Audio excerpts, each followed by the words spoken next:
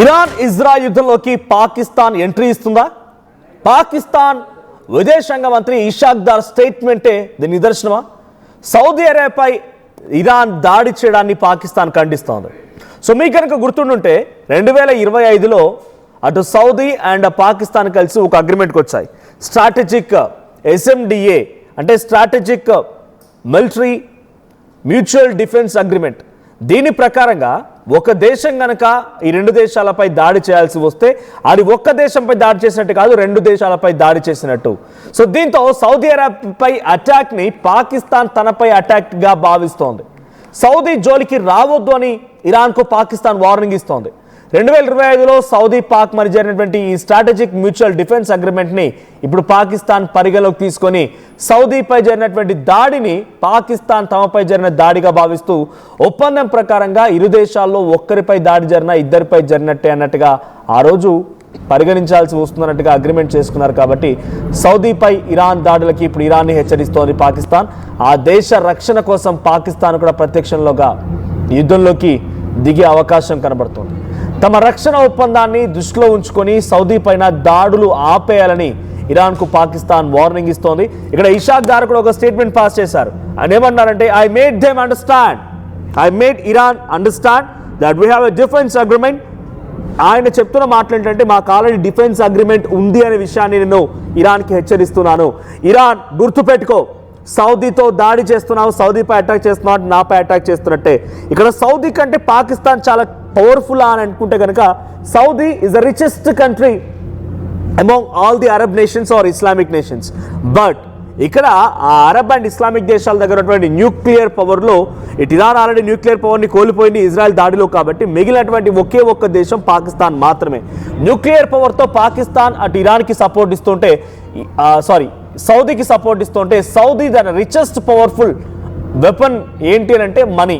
So richest కంట్రీగా ఉంది కాబట్టి ఆ రిచెస్ట్ కంట్రీగా ఉన్నటువంటి సౌదీ పాకిస్తాన్తో జత కట్టింది.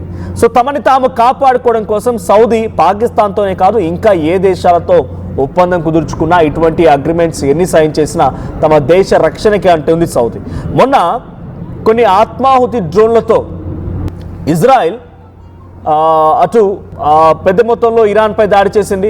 దానికి కౌంటర్గా ఇరాన్కు అదే స్థాయిలో ఇజ్రాయెల్పై దాడి చేస్తూనే అమెరికాకి సహకరిస్తున్నటువంటి ఈ అరబ్ దేశాలని సౌదీని, కువైట్ని, ఖతార్ని ఈ ప్రాంతాలపై దాడి చేసింది.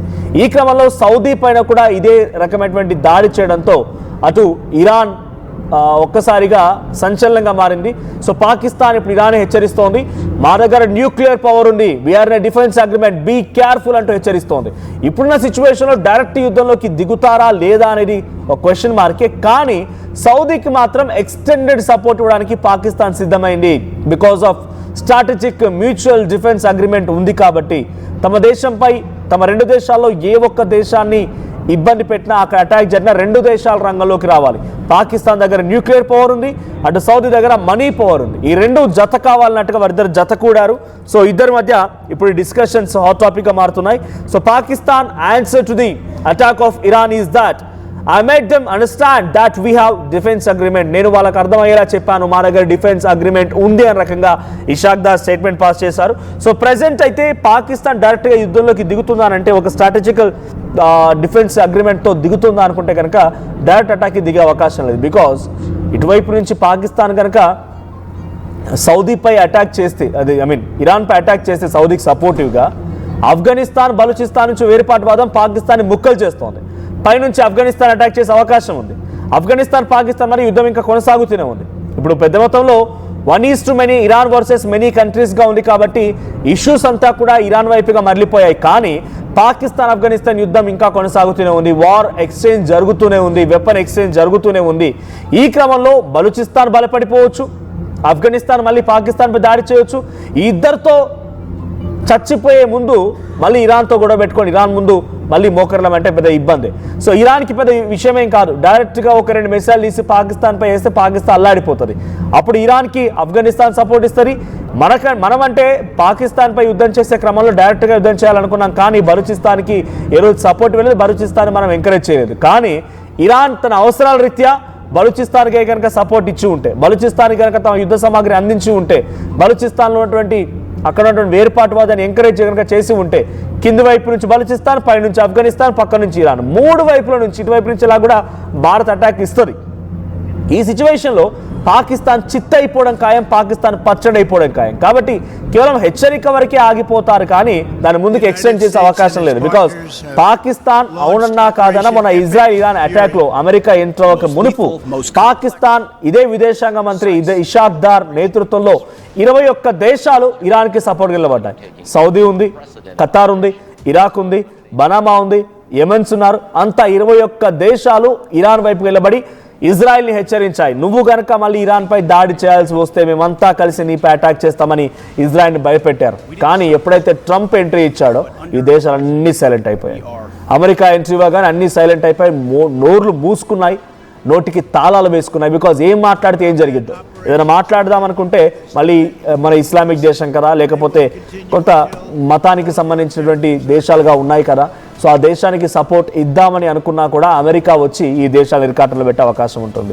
సో లేదు అనుకున్నా ఇటు ఇరాన్ దెబ్బతీస్తుంది. సో ఏం చేయలేక మౌనంగా ఉండిపోవడం, అటాక్ని ఎదుర్కోవడం, తర్వాత చిన్నగా వాటిని రిటీలియేట్ చేయడం తప్ప ఏం చేయలేం గత్యంతర పరిస్థితిలో ఈ దేశాలు ఉన్నాయి. సో ఇప్పుడు పాకిస్తాన్ కనుక అదే లెవెల్లో సౌదీపై దాడి చేసినందుకు ఇరాన్పై కనుక దాడి చేయాల్సి వస్తే very near by countries, border sharing countries, Iran and Pakistan border sharing countries, Afghanistan and Pakistan border sharing countries, India and Pakistan border sharing countries. ఇప్పుడు పాకిస్తాన్ ఏ మాత్రం కొంత చీమ చిటుకుమనిపించినా ఇరాన్ వైపు నుంచి దాడి జరగవచ్చు, ఆఫ్ఘనిస్తాన్ దాడి చేస్తుంది, బలూచిస్తాన్ దాడి చేస్తుంది, ఇండియా కూడా అటాక్ చేసే అవకాశం ఉంది. బికాజ్ ఆఫ్ మన దగ్గర ఉగ్రవాద చర్యలు ఉన్నాయి కాబట్టి ఆ ఉగ్రవాద చర్యల్ని రూపుమాపడం కోసం మళ్ళీ operation Sindoor on going project అన్నారు కాబట్టి అది కంటిన్యూ చేస్తే కనుక పాకిస్తాన్ పని అయిపోద్ది. కాబట్టి పాకిస్తాన్ కేవలం మాటల వరకు మాత్రమే హెచ్చరిస్తోంది. నిజంగా యుద్ధంలోకి దిగుతుందానంటే మాత్రం దిగితే పాకిస్తాన్ దగ్గర న్యూక్లియర్ పవర్ ఉన్నా కూడా తీవ్రంగా నష్టపోయేది పాకిస్తానే. సో వాళ్ళ దగ్గర కిరాణా హిల్స్ దగ్గర ఉన్నటువంటి ఆ న్యూక్లియర్ పవర్ పైన మనం అటాక్ చేయకమునిపే, అంటే భారతదేశం అటాక్ చేయకమునిపే అటాక్ చేశారు. ఇక్కడ న్యూక్లియర్ రియాక్షన్ స్టార్ట్ అయిపోయింది, రేడియేషన్ స్టార్ట్ అయిపోయిందని చెప్పినటువంటి పాపిస్టి పాకిస్తానీలు వాళ్ళు సౌదీకి సపోర్ట్ చేసి వాళ్ళ దగ్గర న్యూక్లియర్ పవర్ను ఉపయోగిస్తారా? అంత సీన్ లేనేలేదు. కానీ అంతకంటే మునుపు కొంత హెచ్చరికలు మాత్రం ఇచ్చే అవకాశం కనబడుతోంది. సో పాకిస్తాన్ ఎంట్రీ ఇస్తుందా, ఇవ్వదా? ఒకవేళ పాకిస్తాన్ కనుక ఇరాన్పై అటాక్ చేస్తే, ఈ యుద్ధంలో ఎంట్రీ ఇస్తే భారత్ పాకిస్తాన్ ఢీ కొట్టాలా? పాకిస్తాన్ ఇదే అదునుగా చూసి భారత్ పాకిస్తాన్ మట్టుబెట్టాలా? మన దగ్గర ఉన్నటువంటి జమ్మూ కాశ్మీర్, పాక్ అక్యుపైడ్ కాశ్మీర్ని స్వాధీనం చేసుకోవాలా? మీ అభిప్రాయం ఏంటో కామెంట్ చేయండి. అట్ ద సేమ్ టైం ఇప్పుడున్న హ్యాపెనింగ్స్లో ద బిగ్గెస్ట్ హ్యాపెనింగ్ ఏంటంటే ఇరాన్ ఇజ్రాయెల్ అమెరికా వార్లో ఇరాన్ ఎంతటి స్థాయిలో పోరాడుతోందంటే అందరినీ ఆశ్చర్యపరుస్తోంది. సో 1:many వాళ్ళ పోరాటాన్ని కొనసాగిస్తున్నారు, ఇంకా ఆ దాడులు కొనసాగుతూనే ఉన్నాయి. The most controversial part of Iran is that Iran is becoming a sole and only one nation to attack on other nations. So కేవలం ఒకే ఒక్క దేశం ఇతర దేశాలపై దాడి చేయడంలో చాలా ప్రముఖంగా వ్యవహరిస్తోంది. అది ఏ దేశమైనా ఎటువంటి అంశాలైనా కూడా వాళ్ళు వెళ్తూ ఉన్నారు. సో ప్రెసెంట్ ఇటు పాకిస్తాన్ ఎంట్రీ ఇస్తుందా లేదా అనేది మాత్రం ఒక బిగ్గెస్ట్ క్వశ్చన్గా ఉంది. So Saudi Arabia and Pakistan అగ్రిమెంట్లో ఉన్నాయి కాబట్టి ఇప్పుడు ఎంట్రీ ఇస్తే తమకున్నటువంటి రక్షణ ఏంటి, తమ ఏ రకంగా మోసపోతాం, ఏ రకంగా తమపై దాడి జరుగుతుందో కూడా డెఫినెట్గా భావించే అవకాశం పాకిస్తాన్కి ఉంది. సో ఇప్పుడు దీంతో ఇరాన్ అమెరికా స్థావరాలు దాని మిత్ర దేశం ఇరాన్ టార్గెట్ చేయడంతో ఎక్కడికక్కడ విమానాలు నిలిచిపోయాయి, ఆయిల్ ఫ్యాక్టరీస్ అన్ని ఆగిపోయాయి, ఆయిల్ రిఫైనరీస్ ఆగిపోయాయి, ఆయిల్ సప్లై ఆగిపోయింది. 5 రోజులుగా ఎటు చూసినా కూడా బాంబుల మోత వినపడుతోంది, యుద్ధ సైరన్లే వినపడుతూ ఉన్నాయి. రోజు రోజుకి యుద్ధం మరింతగా తీవ్రమవుతోంది, ఆర్థిక సంక్షోభానికి దారితీస్తోంది. పెద్ద మొత్తంలో ఆత్మాహుతి డ్రోన్లను ఉపయోగించి ఇరాన్ చాలా దూరంగా ఉన్నటువంటి సౌదీ పైన లేకుంటే కువైట్ ఖతార్ల పైన వాటిపైన దాడి చేస్తోంది. సో ఇప్పుడు SMDA ఒప్పందం కారణంగా పాకిస్తాన్ ఎంట్రీ ఇస్తుందా చూడాలి. సెప్టెంబర్లో కుదిరినటువంటి ఈ అగ్రిమెంట్ ఇప్పుడు ఫిబ్రవరి కల్లా ఆగిపోయిందా, ఇది అటాక్ ఇస్తుందా, సౌదీపై దాడి చేయడానికి కేవలం హెచ్చరిక మాత్రమేనా లేకుంటే డైరెక్ట్గా ఇరాన్పై అటాక్ చేసే అవకాశం ఉందా?